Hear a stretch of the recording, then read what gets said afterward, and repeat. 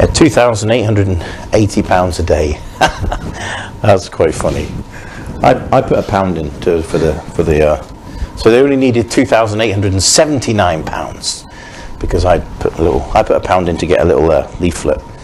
So that was my little contribution. I just thought, wow, that's a very expensive house of God. Very expensive indeed. Which it does make me thankful for. And we had an excellent collection on the Lord's Day. Fantastic. Nearly £250, so that was good. God is good. All the time. And all the time. God is good. Second study in Esther. We looked last week, if you weren't here, X-rated Xerxes vexes Vashti. X-rated Xerxes. If you wonder where I got Xerxes from, that's the Greek name for Ahasuerus. It just meant that I had two words in my title that began with X, which I think is the first time for me. X-rated Xerxes vexes Vashti. We looked at four things. Just to give us an overview and summary of this book, this amazing book. First S was servitude. We saw that God's people are in captivity in this strange land of Babylon, of Persia and Media, and they weren't even, I believe, second-class citizens. They were below that. Whatever the bottom rung of the societal ladder was, that was the Jewish people. In captivity, they were given a real stark choice. Basically, put up or shut up. You know, it was desperate. That many thousands, tens of thousands, have been led the 600 miles from the Holy Land.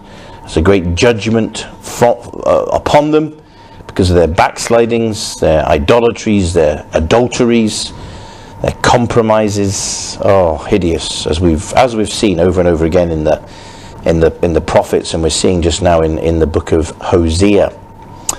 So they were carted off, and what basically kept them alive spiritually was men like Daniel. Daniel prophesied. He refused the dainties of the palace. He rose up in the ranks of those who gave counsel to the leaders, Darius and others. And of course, he was the stuff of legends because of his survival in the lion's den. So whilst Daniel was there, he was very faithful. Another stat about Esther that I find amazing was Esther. It's not based in the Promised Land. It's based over in the strange land of Babylon, of Persia, of Media, and there's one other book in that situation, that is Daniel. But Daniel, you might remember, prayed towards Jerusalem to remind him of the fact that one day the captivity would be over, and the Holy Land was in that direction. No such religious observation in Esther, devoid of God's name, of any spiritual exercise whatsoever. There is fasting mentioned, but again, it's almost as if it deliberately does it. No mention of who they're fasting unto. Amazing, just this complete absence of God's name, and just to establish the servitude of Israel in this far-off land. Then we looked at the size of this empire, massive. I mentioned last week, I nearly brought my globe. I have brought it this week. It's my little globe, and because I need, because this is a very small globe. You know, even for Johnny, this would be a small globe, and we have. What does it say in verse 1? India to Ethiopia. We saw these were four S's. Servitude was the first one. Size was the second one. So I'm looking at India. I'm looking at Ethiopia in Africa. Now let's look at the countries in between. A little bit of China, Pakistan, Afghanistan, Iran, Iraq, Turkey. Now there's a country next to Turkey which we'll come to in a minute, which is part of the story here. But you have to delve into the history books to understand this. Iraq, Saudi Arabia, Yemen, Oman, Egypt, Sudan, Ethiopia, as it's mentioned, Libya. My goodness, this was the extent of this empire. I may have missed some, And you can think just what India's like. It's an extraordinary country, isn't it? So you have this amazing province, or amazing empire of 127 provinces, the sheer size of it. And then we saw the sordidness of it. We saw the biggest party ever. They actually didn't even sit on seats in this party. They had beds. Imagine having a bed each to enjoy your 7-day party. And I think the idea was that when you drunk yourself to sleep, you just did go to sleep on this bed. You wake up and just start the party again. Unbelievable, the ostentatiousness of this party. It's also, I've said, sordid, as my title inferred, X-rated. Xerxes vexes Vashti, because on the 7th day the king was completely, as you'd imagine after 7 days of drinking, completely drunk, and he had this notion to bring in Vashti. Bearing in mind this was a party full of men, many hundreds, possibly thousands of men, and he was to bring in Vashti. It says in verse 11 to bring Vashti the queen before the king with the crown royal. Suggestion is that's all she was wearing was the crown royal, and it was lurid. It was absolutely disgusting. She was expected to come flaunt herself before all these princes, all these friends of the king. You can imagine the leering, you can imagine the comments, you can imagine and of course men are bad at the best of times. Imagine when they're drunk. My goodness me, you would just see the most awful, wicked behavior, and of course the king was leading it. Dreadful, absolutely dreadful. So you have the not just the servitude of God's people, the size of this empire, but you have the sordidness of it. But then we finished off having a look at the sovereignty of God in it all, because I don't want to give you a spoiler, but this story is all about the genocide, or the potential genocide of the Jews. If you want to know what genocide means, the destruction, the wholesale slaughter, massacre, and end of the Jews. And the sovereignty of God in this, as God overrules man's wickedness, man's sin. Xerxes was out of order. It was shocking what he expected of Vashti. But incredibly, and this is wonderful, God even brings good out of our sin. It's one of God's incredible things that he does. And the sovereignty of God, here's the sovereignty of God for you. It's this straight line, sovereignty of God. God gets what he wants. Straight, it's true, it's constant. Underneath that, you have men and their affairs and their ups and their downs and their wickednesses and their sins and their apostasies. So you have just a scroll here, absolute scroll of things going on down here. But extraordinarily, and I had to thank a man by the name of Jeff Thomas for this quotation, or I think he got the quotation from someone else, but this is amazing. Man's free will always demand what God has sovereignly designed. Isn't that amazing? Man's free will.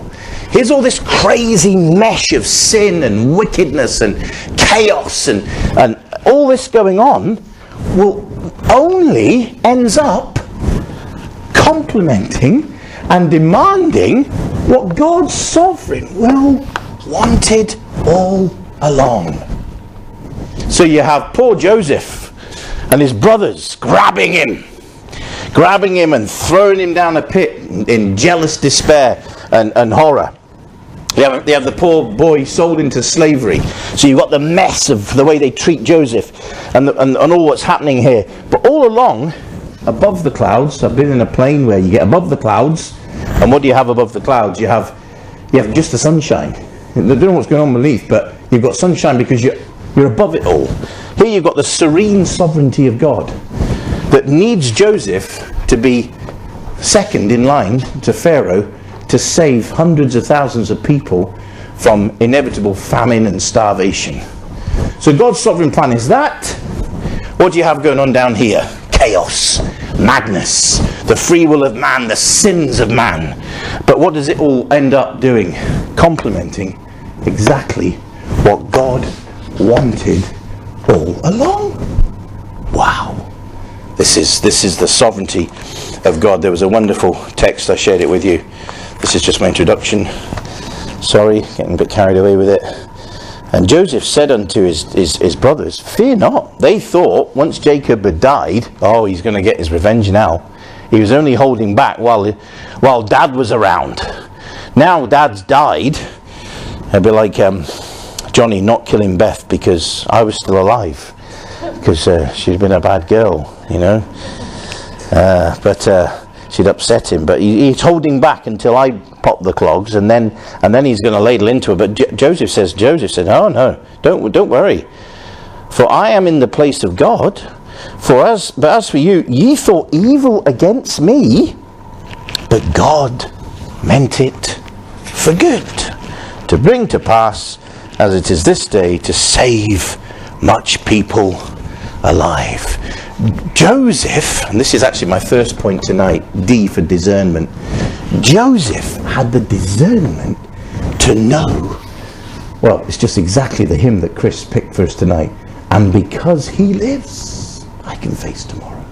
Because I can trust in the one who's planned it all. Now, we're down here, and it's chaotic at times. And when you're in the middle of it, goodness me, it just seems you can't see the wood for the trees. I've got a big meeting on Thursday down in Sutton Coldfield. I've got to sit and listen to the managing director of McColl's PLC. And you get this in business where you think, why have they made that decision? That's mad, that's crazy. But they have a different perspective. They see things from their ivory tower. They have a strategy that suits the entire company, not just your department, perhaps. So in a sense, there's a little bit of a poor illustration, I know, but still, there's a little bit of the sovereignty of a business. The managing director, particularly if they're PLCs, i.e. they have floated themselves on the stock market, and they're required to give a dividend to their shareholders. They have a view that's up here. Down here, the plebs down here like me are saying, why have you made this decision? What are you playing at doing that? But hold on, if I was up here where I could see everything, all the factors, all what was going on, you know something? I might be making exactly the same decisions as what he's making. And this is the beauty of God and trusting in a sovereign God. I used a few illustrations with this last week, and of course I'll just refer to one that I found in the New Testament. Beautiful reference, which I know is a great blessing to my friend John McClintic.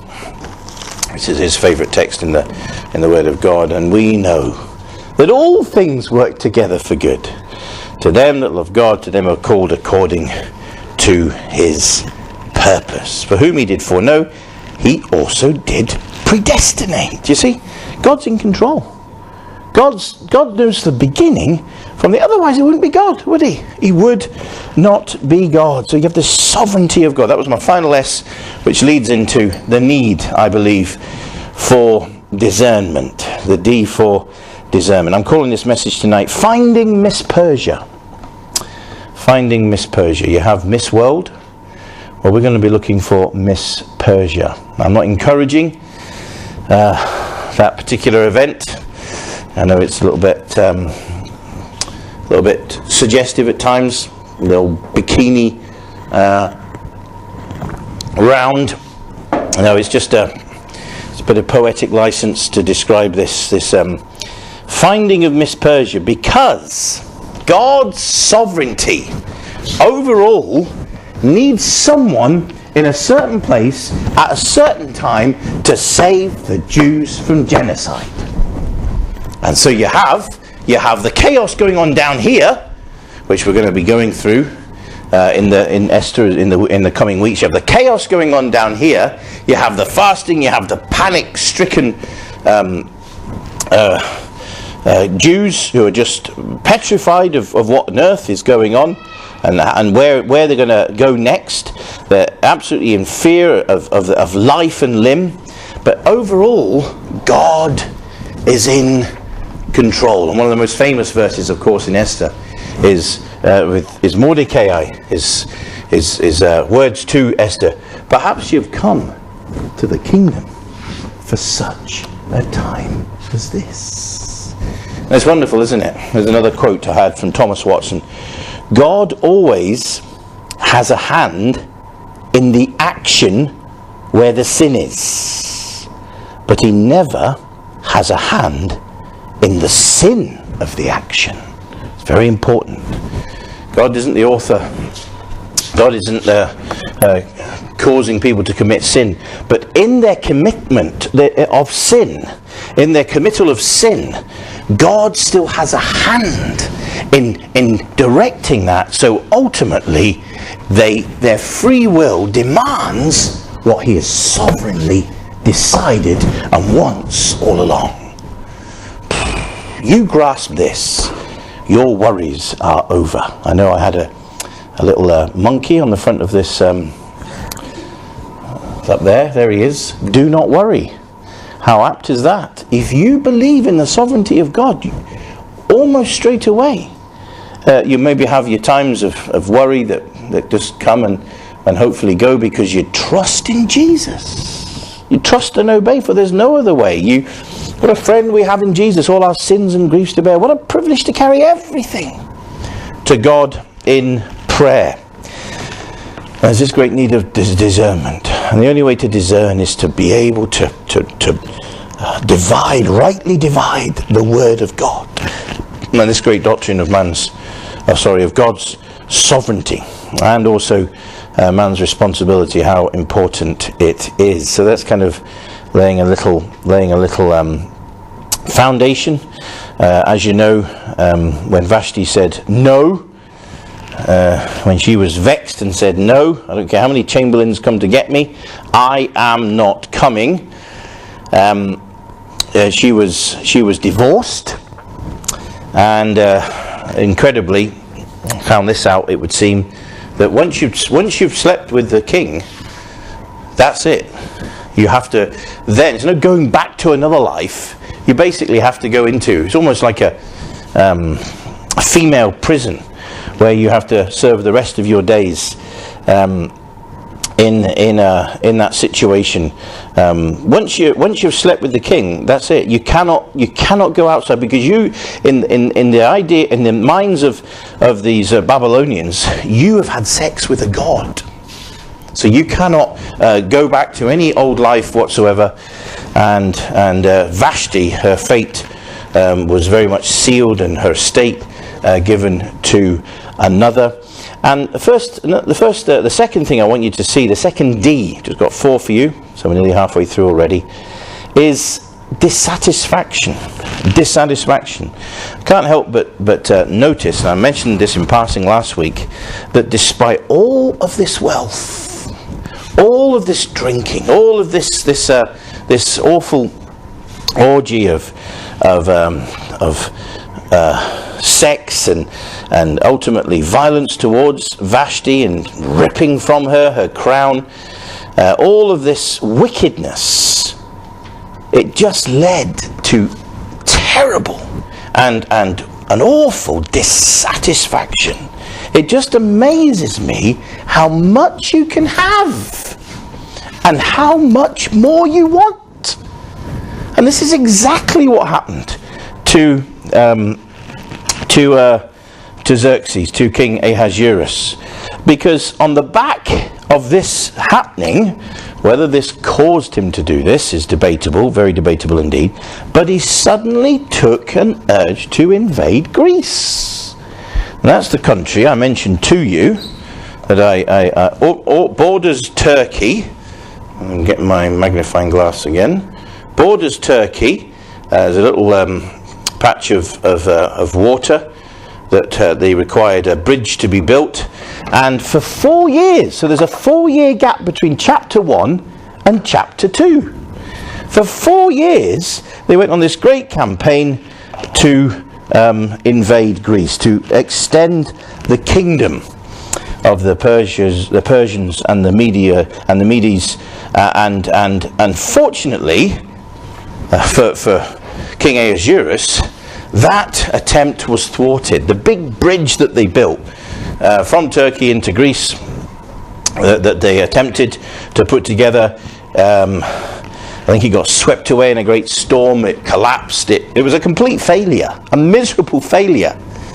So much so that in a rage again, Ahasuerus killed all the bridge builders, killed everyone. He was really angry with what a nightmare it was. So it's not mentioned here in chapter 1 and then in leading into chapter 2, but all you get is these words, after these things, when the wrath of King Ahasuerus was appeased. He went on this great campaign, failed miserably. It was a 4-year thing, the invasion of Greece. He was obviously dissatisfied, even with all that he had. Off he went to try to invade this other land. Did what happened to Vashti, did it cause him to do this? Who knows? All I know is this man had unlimited wealth, unlimited power, humanly speaking, and yet still wanted more. And of course, this is a distinct reminder, isn't it, of another gentleman by the name of Solomon, who had so much. Listen to this. This is Ecclesiastes chapter 2 and verse 1. I said in mine heart, go to now, I will prove thee with mirth, therefore enjoy pleasure. And behold, this also is vanity. I said of laughter, it is mad, and of mirth, what doeth it? I sought in mine heart to give myself unto wine. You see, he's doing exactly the same things as Xerxes did in Esther. Yet acquainting mine heart with wisdom, until I hold on folly, till I might see what was that good for the sons of men, which they should do under the heaven all the days of their life. I made me great works. I builded me houses. I planted me vineyards. I made me gardens and orchards and trees. Oh, galore. And I planted them trees in them of all kinds of fruits. I made me pools of water, to water there with the wood that bringeth forth trees. I had servants and maidens and servants born in my house. And so it goes on, verse after verse of opulence, of wealth, of unimaginable access to gold and silver and all sorts of things beyond this. But then what does it say? How does it all? Then I looked on all the works in verse 11 of Ecclesiastes 2 that my hands had wrought, and on the labour that I had laboured to do, and behold, all was vanity and vexation of spirit, and there was no profit under the sun. Wow, he had reached the identical conclusion, perhaps in a saving way, hopefully with Solomon, rather than King Ahasuerus, but D for dissatisfaction. He'd lost his wife, his fancy wife. He'd gone to Greece, and that had been a disaster. And then we reach chapter 2 and verse 1. And after these things, when the wrath of King Ahasuerus was appeased, I can just imagine him going around the palace at Shushan like a brooding bear, with a sore head. Everyone would be avoiding him because he'd beheaded all these people who had built this great bridge. It was all meant to be instrumental in conquering Greece. But no, all that failed, and he's now wandering around his palace. I just sense, and I know other men who have spoke on this verse sense this a little. You just sense there's a tinge of regret. After these things, when the wrath of King Ahasuerus was appeased, he remembered Vashti. I wonder what he remembered. You remember, wow, she was an incredible woman. She was an amazing lover. She was my wife. And what she had done, and what was decreed against her. Perhaps there was a tinge of regret. Perhaps I overreacted. Did I really have to do that? I was advised, and I took that advice, but it was all at the moment. It was all because of the heat of the moment. And sometimes that's something that we do. We need discernment, as I've mentioned already. There is no satisfaction in this world. I want to get that message across to you. If there was none for King Ahasuerus, if there was none for King Solomon, you can guarantee it. If you try to put all your eggs in the basket of being satisfied by this world, you will find that your purse has holes. Your bucket doesn't hold much by way of enjoyment. It will all turn sour in the end. And there's only one satisfier. None but Christ can satisfy, none other name for me. And I believe there's a more than a tinge of regret in this first verse. And then it would appear that one of the king's servants piped up. This is my third point, and it's this extraordinary word that keeps cropping up: discombobulation. Because there was a bit of confusion, there was a bit of disorientation in the life of King Ahasuerus. He'd lost Vashti. I believe there was a tinge of regret. The invasion of Greece was a miserable failure. No doubt certain advisors he had lost because in a fit of temper again, he beheaded them, he got rid of them. People were petrified of him. People were scared of him. He was a Saddam Hussein character where the slightest disagreement, you're off with their head. Henry VIII type man. And he was confused. He didn't know which way to turn next. He perhaps remembered days when he was much happier, when he had Vashti in his arms. She was only a very extraordinary woman. He was discombobulated. He didn't know which direction to go in. And it's then the king's servants, one of them very bravely pipes up and makes this suggestion, which brings us to our title, Finding Miss Persia. Then said the king's servants in chapter 2 and 2 that ministered unto him, let there be fair young virgins sought for the king. Let the king appoint officers in all the provinces of his kingdom, that they may gather together all the fair young virgins unto Shushan the palace, to the house of the women, unto the custody of Hegi, the king's chamberlain, keeper of the women, and let their things for purification be given them.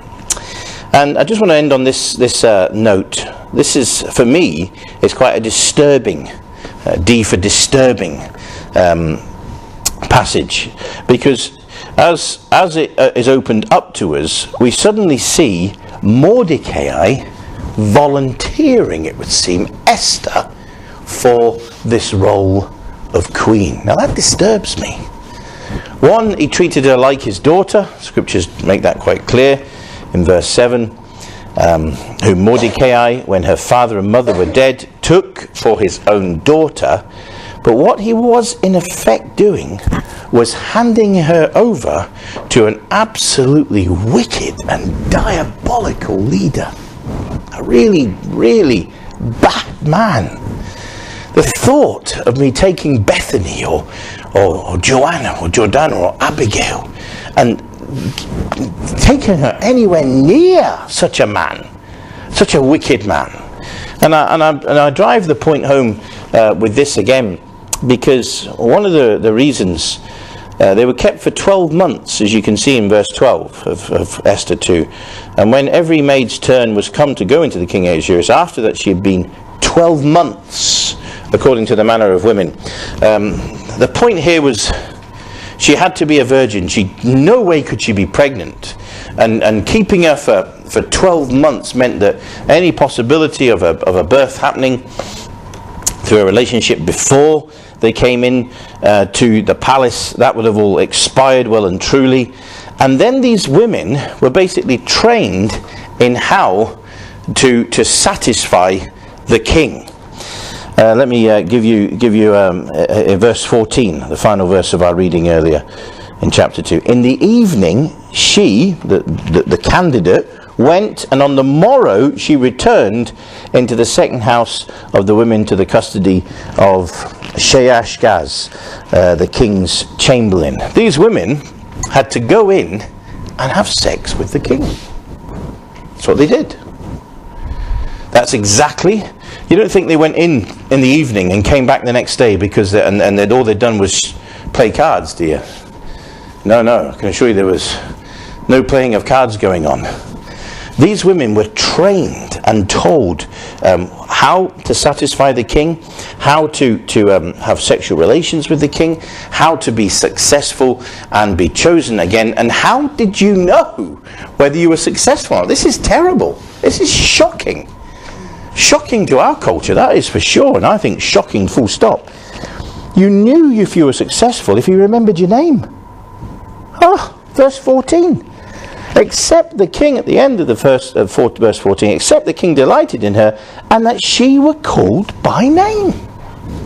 Oh, if you were a memorable knight. Now these girls, again I mentioned this to you, if one night with that king, if you weren't successful, you'd had sex with a god in their opinion. That was you cast aside. Not allowed to exit the palace.